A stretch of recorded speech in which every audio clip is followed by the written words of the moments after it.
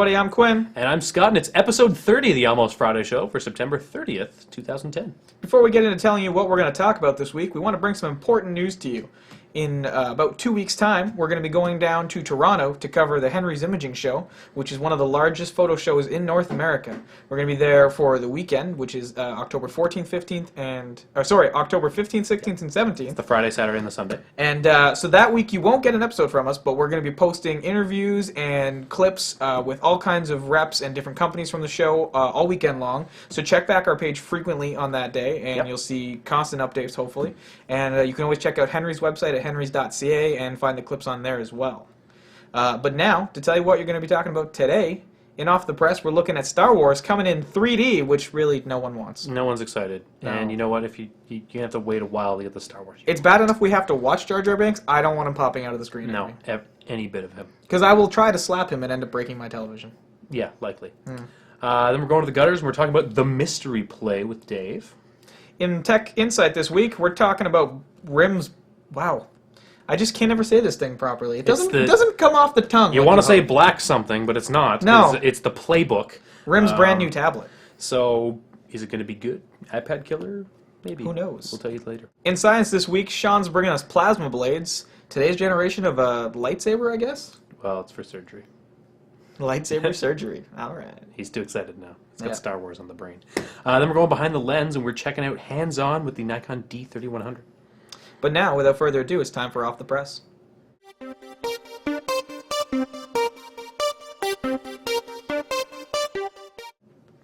Welcome to Off the Press this week. First up, there might be some super leaks about what's going to be in Doctor Who. Super scary leaks. Holy crap.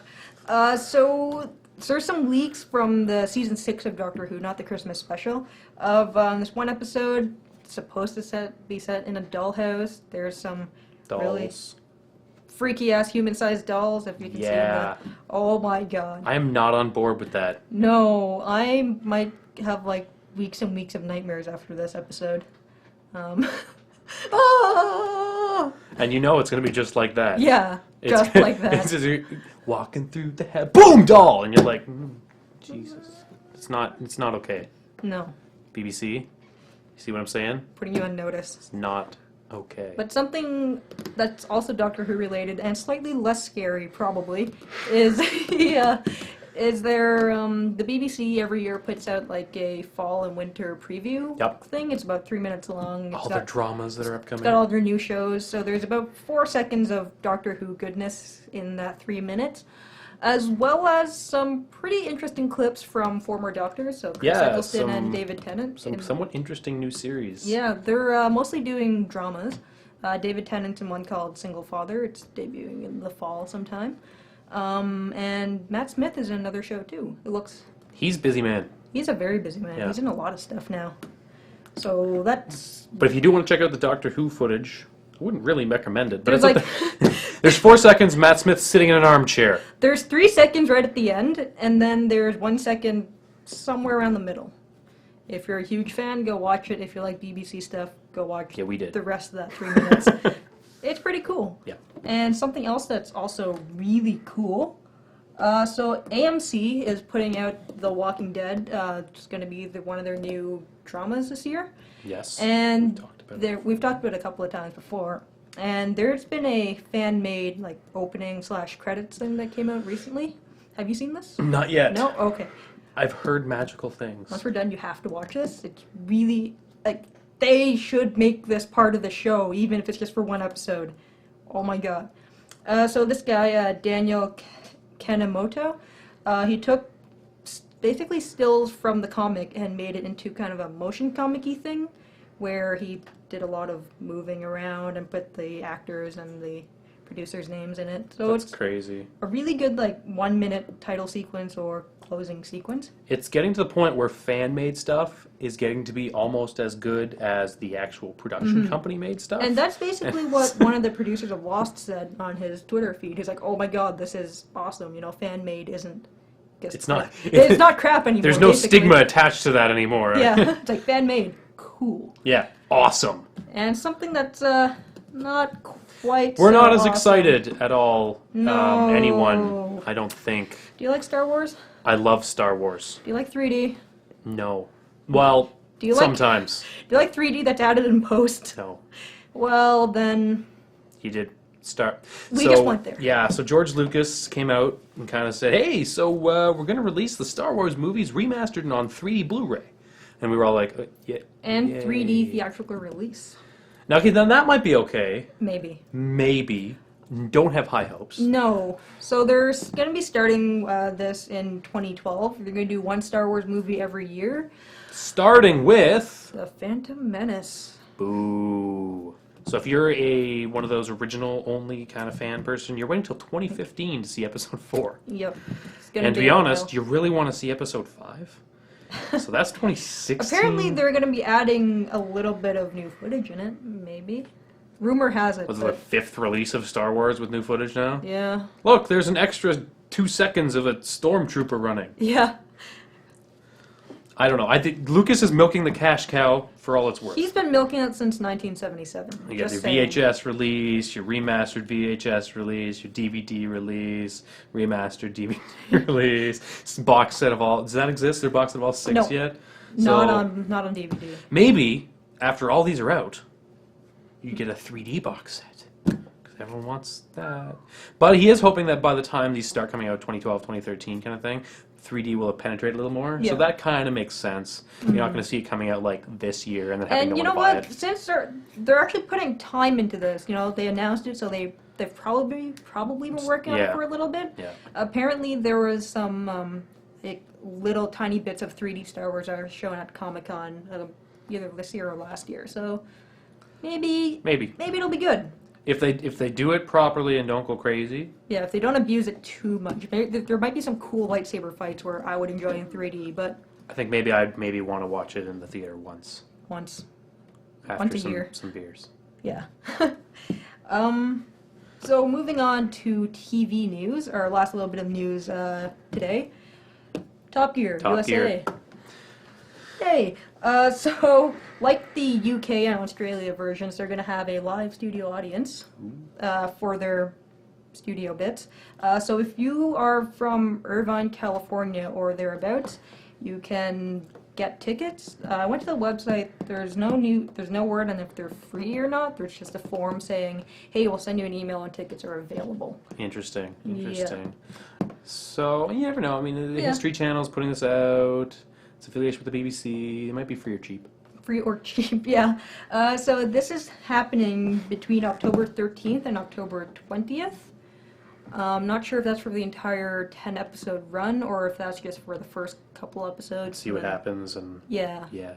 Now I'm assuming they must have been shooting for a while Yeah, they've to been get shooting. all They've been shooting since the spring, Yeah. I believe. to get all their bits and Yeah, I think we talked about challenges and whatever. it previously on the show. So do we have a date yet when this is going to air? Fall, November. So no. I think November. Yeah.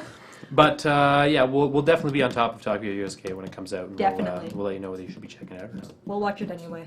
We'll watch it so you might not have to. Unlike Top Gear Australia, which I can't watch. So I'm that wraps trying. up Off the Press this week. Next up, we're going to the gutters.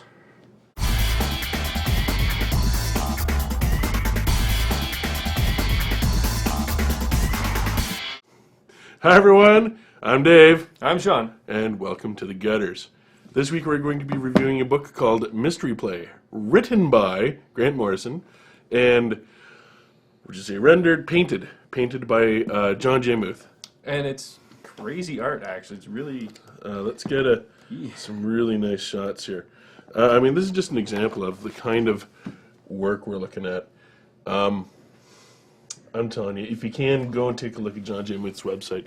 He's got some really beautiful artwork. And not only that, but I've seen some of his stuff where he has done quicker work, and it's incredible. Really nice work. Now, Grant Morrison, what do you think of this story? I had Sean flip through this a little bit and read a little bit of the story. Where are you at with this?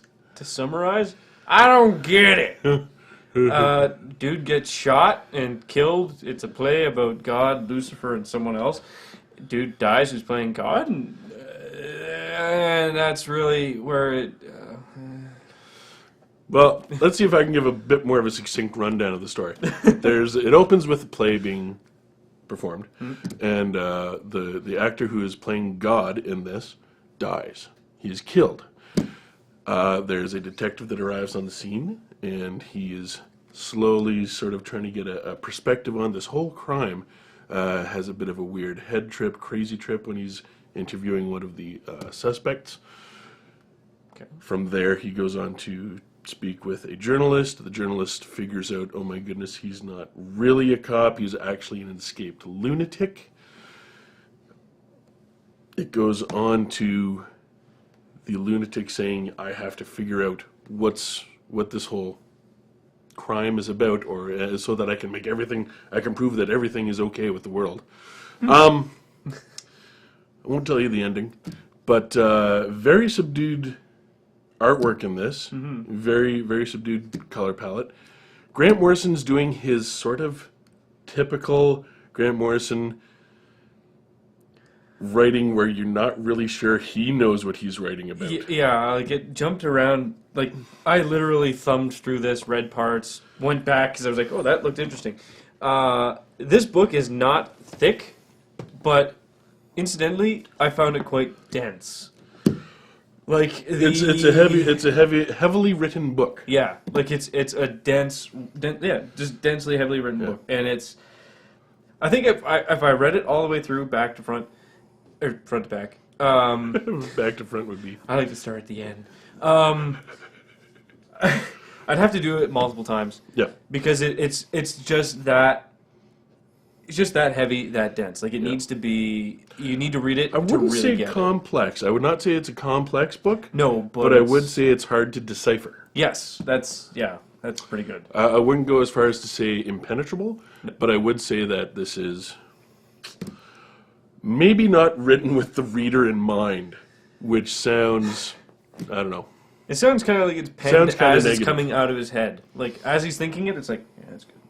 Yeah, I like that. No, I don't really like that No. one, but I like that. So, all in all, I'll be honest, I picked this book up just because it was so pretty. The price point on this is $12.95 US. So, given the price point, what do you think about this book? Given time to read it over, like right now, just because it's so dense, I need to go through it again. I will give it a B+. But if I had time to probably understand it, I'd probably give it something higher. But I'll still at B+. For artwork, I'm going to divide this up into two parts for me because the writing and the artwork, for me, arrived so differently. Okay. In terms of artwork, I give this book an A.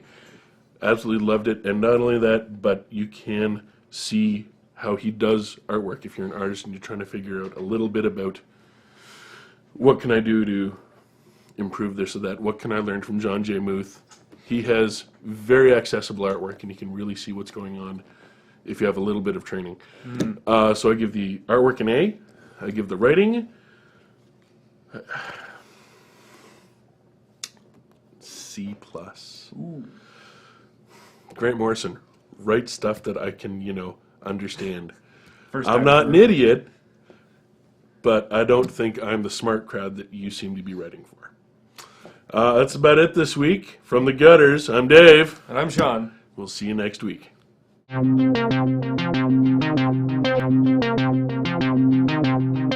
Welcome to Tech Insight. We're starting it off with RIM's Playbook, their new tablet, trying to compete with the iPad and, well, whatever else is out there at the time. Galaxy Tab, Dell Street plus 2 inches. I don't know what they're calling it yet. Dell's anyway.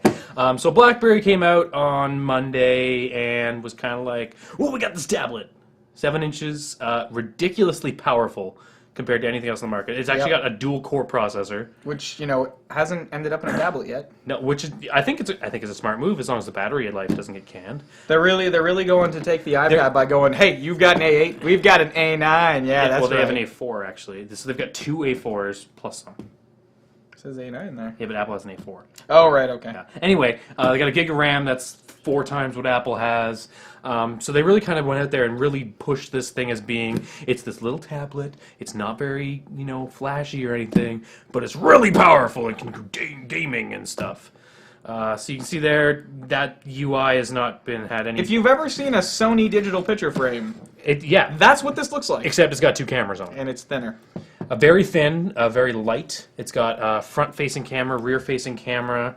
Wi-Fi, ABGN, Bluetooth, all the standard features, but a lot more powerful than all the other Now, tablets available. what's interesting too is that their front-facing camera is not piddly less than a megapixel. No, it's it's actually 3 three. Yeah. megapixels on the front and 5 megapixels on the back. Which I think is a good set to go with. They're really pushing the idea that you can video conference with this device. Which, for BlackBerry, is a smart move. Absolutely. Especially if they partner with someone. Don't do video conferencing yourself, please, BlackBerry. They haven't announced any video conferencing service. They're saying, it's, the technology's there. So if they went to Cisco and said make a client, I think that would be smarter. They went to, a telco or Skype or something. I think that would be really smart. Now, everyone was wondering what operating system this is going to run, and as it looks right now, it's its own operating system. Yeah, it's called QNX or QNX. It's not Linux or Unix, but it's roughly based around that kind of thing. So completely different. It's not BlackBerry OS. Now, it is definitely using some of the panels and things like It that. is. Yeah, there's BlackBerry OS features in there, and it's Absolutely. kind of like a mash. The way I've heard it referred to as mash between BlackBerry OS and WebOS. Yeah. Because there's a lot of those panels for multitasking and things like that. But to be honest, we don't know much about the OS. Yeah. They've talked about it. They said it's really powerful. It's going to be great for developers, which is good. Yeah. If it's something developers can build on easily, that'll really help them. But we did UI, not a lot. The problem was at the conference was that he was kind of going, look at it, and then, tucked it away, and then they got a bunch of them out in display, but you couldn't use them. They just ran video of the UI running, which doesn't prove anything. No. And then out of the gate, they're not looking at a 3G model, only Wi-Fi. Yeah. I thought that was interesting, but I think that means the price might be low, Hopefully. because otherwise they can't compete. Well, the thing is, if this thing comes in starting at like $700, not going to go anywhere. No one's going to buy it. As awesomely powerful as it is, it needs to really come in at the $400 or $500 mark to have any chance of going if anywhere. it undercuts the iPad by a little bit at a similar size margin, so same storage, undercuts the iPad a little bit and Wi-Fi to Wi-Fi, I think it has potential. Definitely. Because it's not running BlackBerry OS, which is a big thing for me. I was like, if that's running BlackBerry OS, I'm out. Yeah. They're touting 1080p playback for video. There is Which that processor could definitely do, especially for with a gig sure. of RAM. Oh god, yeah. And we don't know too much details about the graphics processing, but they have touted gaming. They've touted 1080p playback, so that's promising. And they've got an HDMI port for output to your TV at 1080p, which is really good feature. Mini USB for input. Novel idea. Yeah.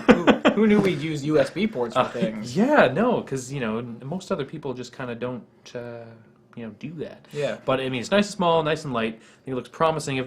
But there's caveats. That being, BlackBerry said, "Oh, it's coming out in the spring." Now, a lot of people were expecting to have it hit before Christmas because, honestly, that'd be a good time to bring out a tablet. Yeah. Tablets are things people want this year. But I think BlackBerry is trying to go, when the iPad 2 comes out, we want to be right there and still be better than it.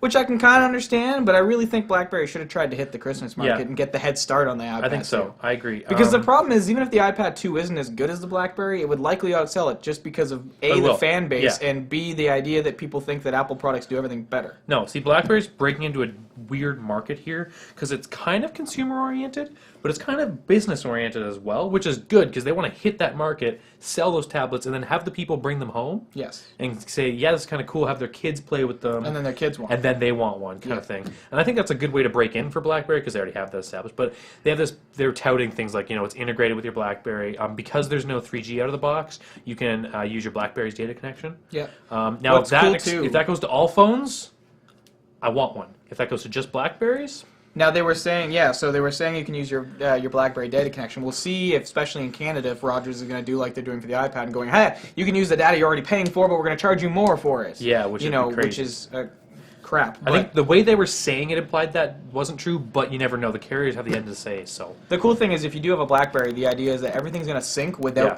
while the device is in your pocket, while you're reading emails and checking stuff, you can actually access stuff right off your BlackBerry without having to pull your BlackBerry out of your pocket. You can pull up files that you have on it. So there's supposed to be really good syncing if you've got a BlackBerry product. And I think if you're a BlackBerry person, that's a really attractive thing because it'd be like having your iPad out and getting a text on your phone. Yeah, and it's and showing seeing up it on your iPad. Yeah. Exactly. Which would be really cool, especially for people who use BBM and stuff like that, and email. And I think it looks really good if you're a BlackBerry person. And even if you're not, I think if the apps are there and if the price is right, I think it might have a chance. I don't think it's going to soar No. immediately. I think they have to do that break around with the business market and kind of bring it home. Well, you know, everyone's trying to get the power grip off of Apple, but that's a really hard thing to do right now. As much as the iPod has its issues, it's still selling incredibly well. Oh, yeah. Anyway, we'll move along. Netflix in Canada, we've all been trying it out. Talked It's about that getting last better. week. We're getting more content. It's still not great. It's trickling. Yes. But we are getting more shows. We signed up to get Wii discs, myself and Sam, and I got my disc. Got it in the mail today. So now I can use my Wii to watch my films. However, Sam was told that, well, a lot of people wanted Wii discs apparently, more than they expected. Which, before we go anywhere else, I'd like to point out that's good news for Netflix in Canada, because if they have a lot of interest, they might try and Or get they a just lot of grossly products. underestimated the amount of people using Wii's. I'd like to not think that. I but, would you like know, to not think that yeah, as well. but Because it's also if we can get a lot of people using Netflix, maybe that'll drive more content to it. exactly. However, Sam was lucky enough to say, hey, it's going to take a couple extra days for you to get your Wii disc, and because of this, you get 2 extra weeks of free service. I would have rather wait a couple more days and have 2 extra weeks of free service. Yeah. So if you haven't gotten your Wii disc, you might have seen an email saying, hey, you got some extra weeks of service. By God, use them. And you know what? After the craziness of the Netflix launch with the whole Toronto and the actors thing, Yeah. good for you, Netflix. You just kind of went out there and did it. Now, I do have to kind of laugh at the disc because it says right on the front here, use every time to watch instantly. So if you want to use Netflix, it's not like you can put this disc in and it installs an application, which would make sense because The it's... Wii's not capable of that, is the problem. Oh, okay. Yeah. It's a Wii thing. Why can't it be on the Wii Marketplace like everything else? No one's written it. It's really It's just annoying. like when the PS3 one first came out, you could buy a disc and install it on your PS3, but the PS3 supports that because you can install games on Yeah. your PS3, right? So I guess there's just bigger bridges in the Wii. There's not a lot of flexibility in the Wii I in terms of suppose. coding, from what I understand. But I mean, if this works, So if you do play a lot of Wii games, you will have to pop them out to watch your Netflix, which isn't really a big deal. And also, they send you the disc for free, so yeah, it's not like you have to pay $2 or $3 for them to send you the disc. So I mean, I might not even stick with Netflix, but I've always have this DVD if I decide I want to use my Wii or steal someone else's passwords. You know, whatever works. Yeah. Next up, a sad story for us. I don't know if you've ever used a product called Xmarks, which was formerly known as Foxmarks, which is when I started back in the day. Normally, I'd tell you go use it because it's awesome. Awesome product. Basically, what it does is it syncs your bookmarks between browsers. It used to be between Firefox. If you had one on your desktop, one on your laptop, you'd have the same bookmarks. So if you deleted one over here, delete over there, it was really awesome. Worked really well out of the gate. Then they changed their name to Xmarks, got bought out by a different company, and went- started supporting every browser. yeah, which was excellent. They supported Chrome, they supported Safari, Internet Explorer, and continued to support Firefox. So for me, that synced all my bookmarks on one computer, Yeah. no matter what browser I was using. It was really awesome. They're discontinuing their free syncing service, and they're not going to offer a paid syncing service either. Which is sort of sad. They didn't say why, but, you know, it's... I imagine they had a problem forming a good business plan Probably. around their service, because to be honest with you, I've been using their free service for years, and I've not seen a single ad through them, you know, and I haven't paid them anything, and Yeah. I've been updating the software all the time, so really there's no business for them there, and I think finally it came down to that. Now, all hope is not lost. There is a possibility that you can run a server on your own computer if you keep it on all the time. Or if you've got an FTP server somewhere, you might be able to install the software there. Yeah, so what I heard, and this is how it used to run, is you can run through their servers for free, or you could run it on your own server if that's what you wanted to do. And it was, you could either run an FTP server or WebDAV, or there's another kind of server, I don't remember what it was. But either two, and then it'll basically store the files there and reference there from every other computer. So I'm pretty sure you can still do that with Xmarks. So if you want to keep using it, you're just going to have to get a little bit geeky if you're not kind of the server kind of person and set that up. I might. I'm going to try it too. Yeah, because it's a really good service. Like Sam was saying I before, can't imagine my life without it, really. I know. Because I don't even think about it. It's just... Yeah, Everything works. And it's, like I use like 4 different computers regularly, so to not have that is just crazy. Sam was mentioning before, if you do use exclusively Chrome, you can use Google services to sync your bookmarks. So if you are using Xmarks and don't feel like installing a server, you've got till, what is it, January 11th? January 10th, 2011. Yeah, so you've got another couple months of service in which hopefully someone will come up with an alternative. Yeah, I'd like to That'd see be another great. company come out of the gate, even if it was for a tiny fee, like $10 a year, or $2 a year, or something. Yeah. Worth it at the tiny fee for sure. Absolutely. Last but not least, I wanted to put this in because Office for Mac has been a long time contention. Nobody likes it. because it doesn't work properly with Windows documents, and it's always lacking features that the Windows releases have. And it takes a lot longer to open and close Yeah. than Pages does, and Yeah. Pages does almost all the exact same stuff. So what Microsoft has finally done is they're releasing Office for Mac 2011. They're releasing on the 26th of October. That's official. They've updated it. It has almost all the important features. I mean, there's one or two things that aren't there, not terribly important, especially in Word. Word's really caught up. Excel's probably not. Excel on Mac has been lacking forever. They, in fact, removed the large features from it. Yeah. Different argument. But in terms of Word especially, I mean, they did PowerPoint that. It's up to date. It's got all the features. They've even included the ribbon, and it looks like this. It's so ugly.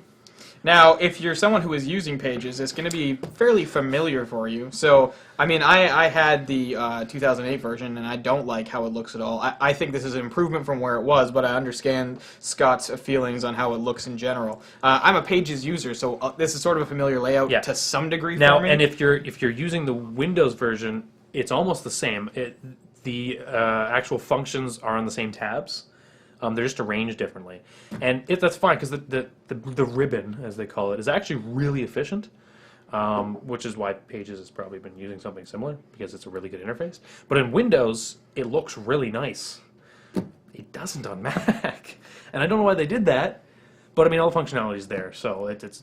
I think it's just to keep that consistency. If you're using it on your PC at home, and then you go to your I guess if the other way around, if you're using your PC at work and come home to your Mac, it'll be somewhat consistent for you. Yeah, and I think that makes sense because they want to keep their Office line the same line as opposed to two separate entities. I think that makes more sense. Yeah. And there has been all the barriers between file types have been dropped, so they're exactly the same files now, Well, that's good. which was the biggest problem they ever created. Yeah. But it's exactly the same. So thank you, Microsoft, for making something useful for the Mac for a change. So that wraps up Tech Insight this week, and we'll be right back with Sean's Mad Science. It's kind of alive!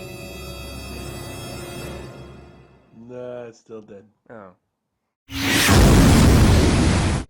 Hi everyone, and welcome to Mad Science, and it's with me and Sam. Hello. So what? What? Nothing. Anyway, so what we're going to be talking about first today is as you'll see in a few moments, it's pretty much Geordi's visor from Star Trek. Yeah, basically, it's kind of It's a first step, or it's a few actually steps. it's a few steps towards something like that. Yeah. So Not as headbandy. yeah, I was gonna say you may as well explain it. You know. So what these are, they basically just look like a regular pair of sunglasses, except they interact with, I guess, like an implant in your eye, and it plugs into a little battery pack and stuff. Yeah. So basically, what you're seeing there is you see the glasses. On the bridge of the glasses, there's actually a small camera, and that weird pad under or just behind the lenses there is actually a radio transmitter. The whole point of this is that there's actually an implant in your eye, on your retina. Actually, it's beneath the retina. Yeah. It's on the ganglion layer, which actually takes the information in and begins to send it to the brain to process. Cool. So what these implants have is small little electrodes. Mm-hmm. Right now, I believe they're up to 60 electrodes. The device, may as well just tell you what the name is called the Argus 2.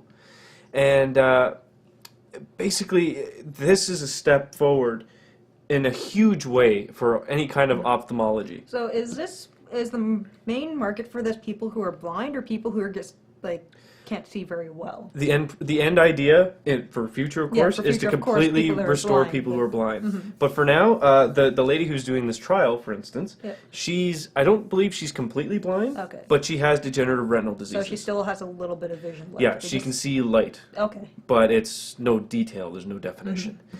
So right now, it's using 60 electrodes, which is the size of the L that they use for the trial, for instance, for the lettering, they're trying to get her to recognize them, is huge. It's the size of an entire monitor. Okay. They want to try on the next couple of models to try and increase those electrodes, of course. They're predicting in the next couple of years they'll have 1,024 electrodes to put into the eye, which will make it so that you could actually read 24 size font.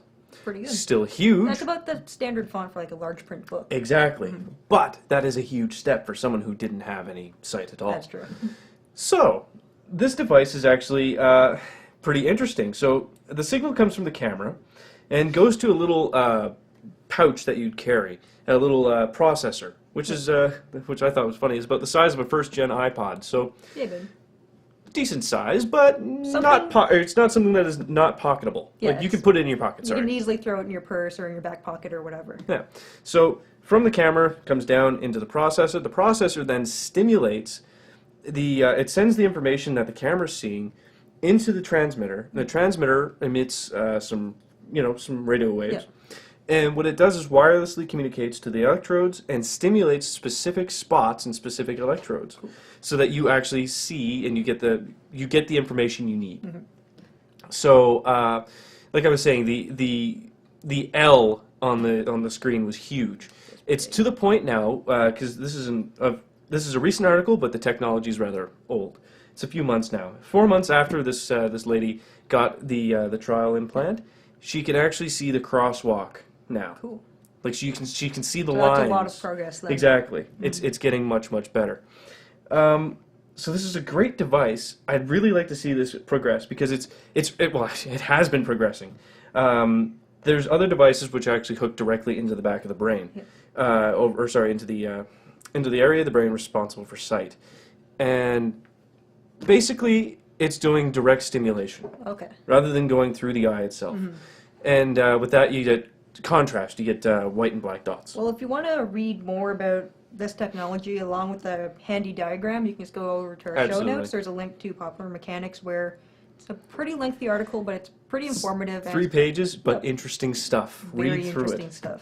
But speaking of ophthalmology, which is of course any scientist or doctor who works on eyes, and that is surgery thereof. This is a neat device which has been used, or this technology has been used for this for a long time. It's called the plasma blade, essentially.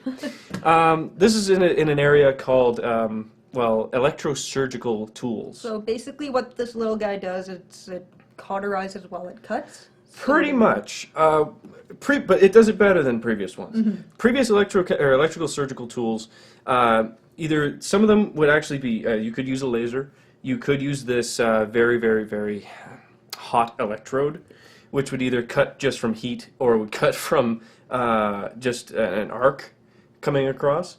Problem is, it causes a lot of collateral damage. Yeah.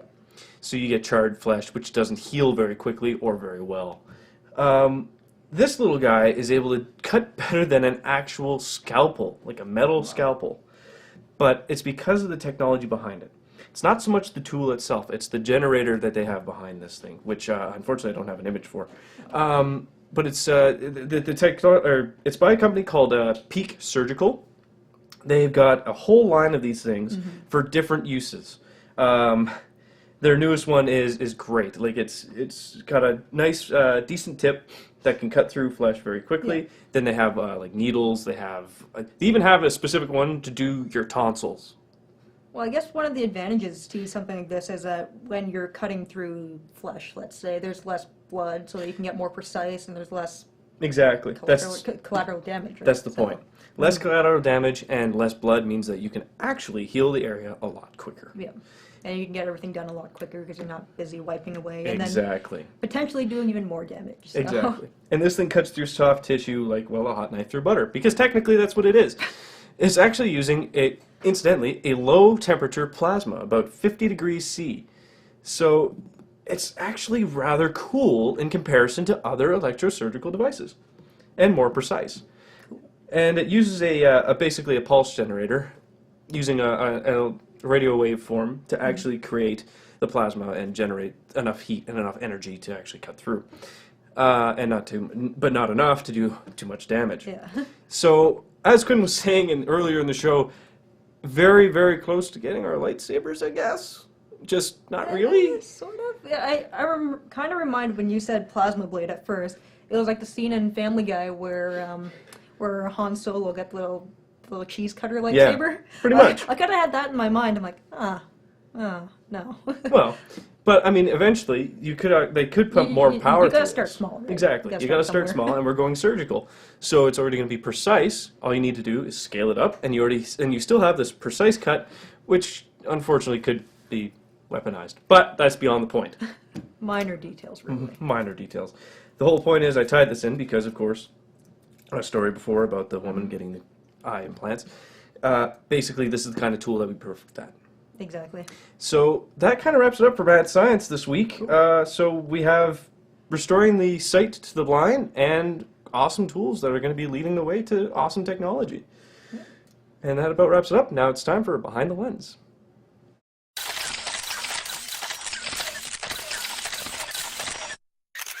Welcome to Behind the Lens. Before we talk about this guy, Quinn's got something to tell us about electronic viewfinders. Yeah, so when you're shooting DSLR video, you're either using the back screen or you're buying some sort of 5 to 8 inch LCD screen that you're running off. And the big thing about, broadcast shoulder cameras is that they got a viewfinder right up here, everything's in the right spot, you've got a very linear system, so all the weight's in one line, as opposed to the SLRs now where people are having them offset, where the shoulder mounts go like this, and so everything wants to tilt this way. So basically, Red Rock Micro and Zacuto, which are two big names in the rig systems, have decided that they want to bring stuff back to a straight line, and in order to do that, they needed to make an electronic viewfinder. Yep. Because you can't shoot through your optical viewfinder, and you're either using a screen or you're looking at the screen to be able to shoot. So they said, you know what, we'll make it better. And Red Rock Micro beat Zacuto to the gun by about 2 days with this guy right here, which is their electronic viewfinder, which looks very traditionally like a normal viewfinder that you'd find on a television broadcast camcorder. Yeah. Basically, it plugs in via the mini HDMI to your camera, and gives you a nice 1.2 megapixel resolution screen on the inside, which displays the full high definition footage. It allows you to, split the HDMI cable afterwards if you have your own splitter, but basically this guy's designed to take one input in and give you that mounting position. So you can either mount it on the hot shoe, or if you've got some sort of, rig or rail system, you can use that. So a couple days later, Zacuto decided to launch this guy, which was their electronic viewfinder. Now, it's a little bit different in the fact that this is more like an LCD screen. Yeah. It's bigger than what Red Rock Micro is offering, but it can be used as a screen, or if you already have one of the Z finders, which we reviewed a couple weeks ago, You just pop can that on. click that right on. The other thing is that this one has built-in HDMI splitting, so you don't actually have to go buy a splitter. You can plug your camera into this, and then And you can also have a field monitor or if whatever you want else to. you want. Yeah.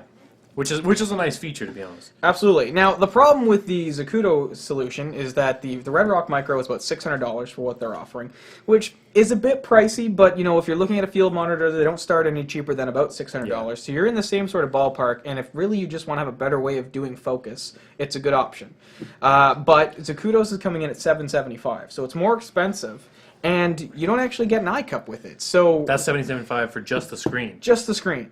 And so that other device there is about $400. Yeah, exactly. So if you don't already have a Z Finder, which you might, and if you do, then the Zacuto is a good option. But if you don't already have a Z Finder, you got to go and spend another $400 and get one of those. And that makes it Plus over the $1,000 mounting, just plus to the get- mounting yeah. gear and all Yeah. that stuff, and all of a sudden you're looking at like $1,200. At which point you might as well go and buy a Marshall 7-inch field monitor because it's going to do more things. Yeah. So, I can see the reason why they made it. No one had done it yet, and Red Rock and Zacuto like to be the first in the market with this kind of stuff. I'm not sure how well it'll take off, because in my opinion, I'd rather go and spend $900 on a small HD field monitor. Yeah. They're really good. They have a lot of features. You get a nice little cheap 5-inch, or not cheap, but light 5-inch screen. It works really well. Yeah. I'd rather have 5 inches than, a small viewfinder myself, because I can do more with that 5-inch screen and spend mostly the same amount of money. And I mean, you can use the same screen to review footage and stuff after, and it makes a lot more sense, I think. So neither one of them have a release date as of yet. A couple months time.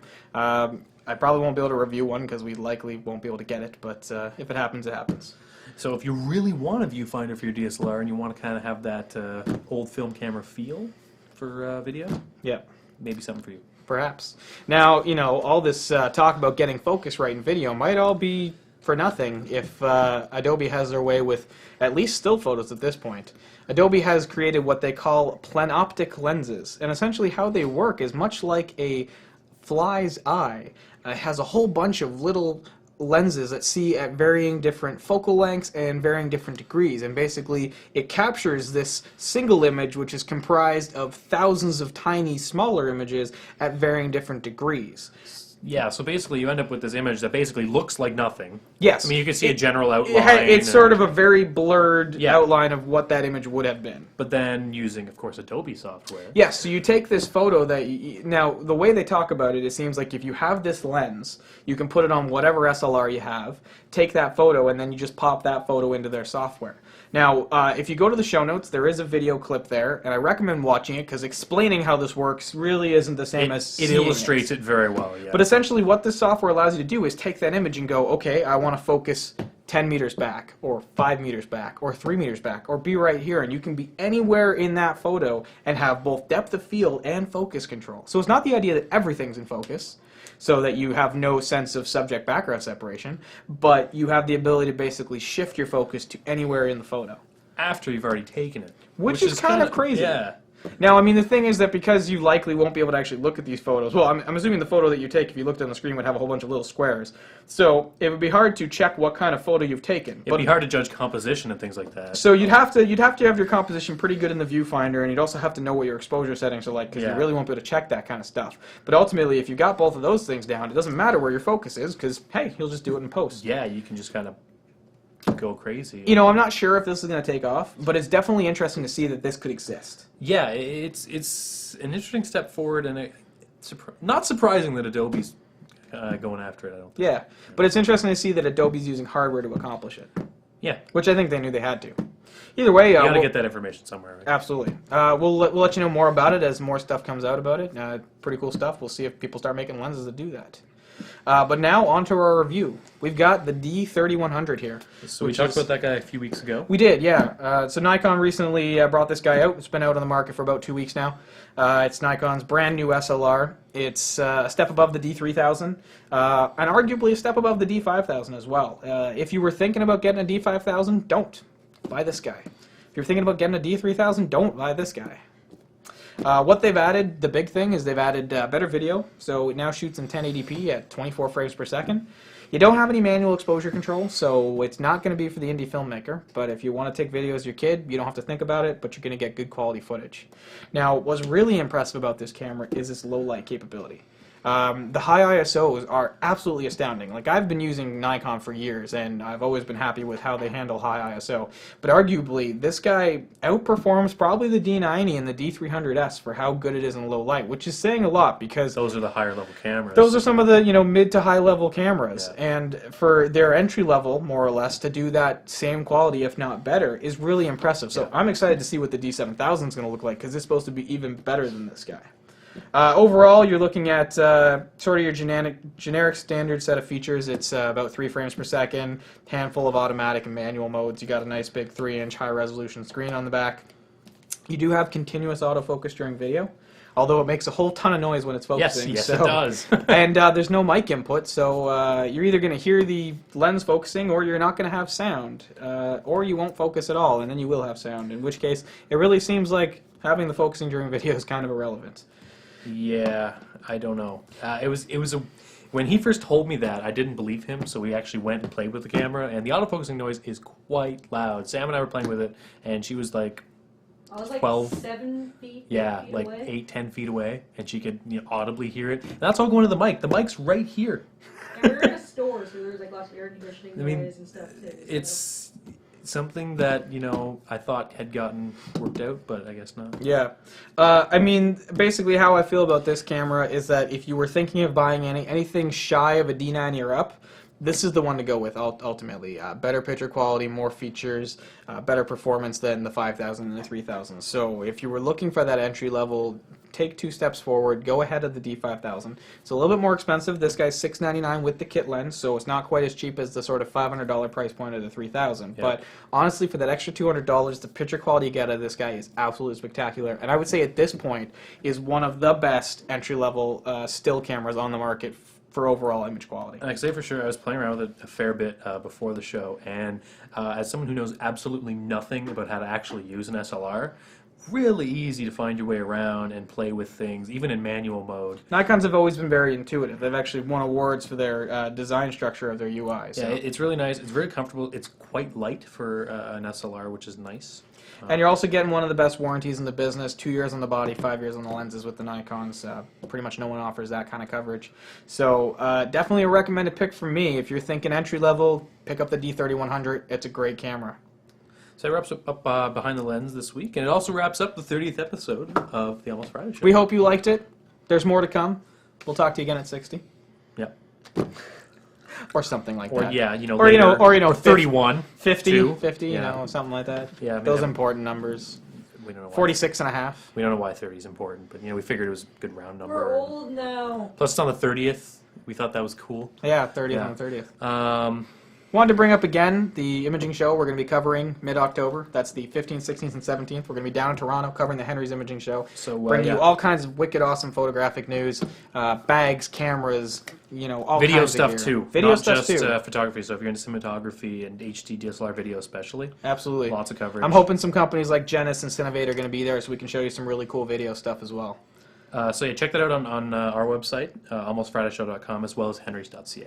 If there's anything you want us to specifically review for you while we're down there, send some questions our ways. We can send them to talk to the reps, try and get your questions answered, whatever you're looking to do. You can reach us at contact@almostfridayshow.com. Or you can check us out on Twitter to find out what we're up to. We're going to be posting a lot while we're down in Toronto. And if you want to send us questions, you can do it on Twitter too, almost_Friday. So until next time, don't camp out for Star Wars 3D because really you don't want to see Jar Jar Binks popping out of the screen at you.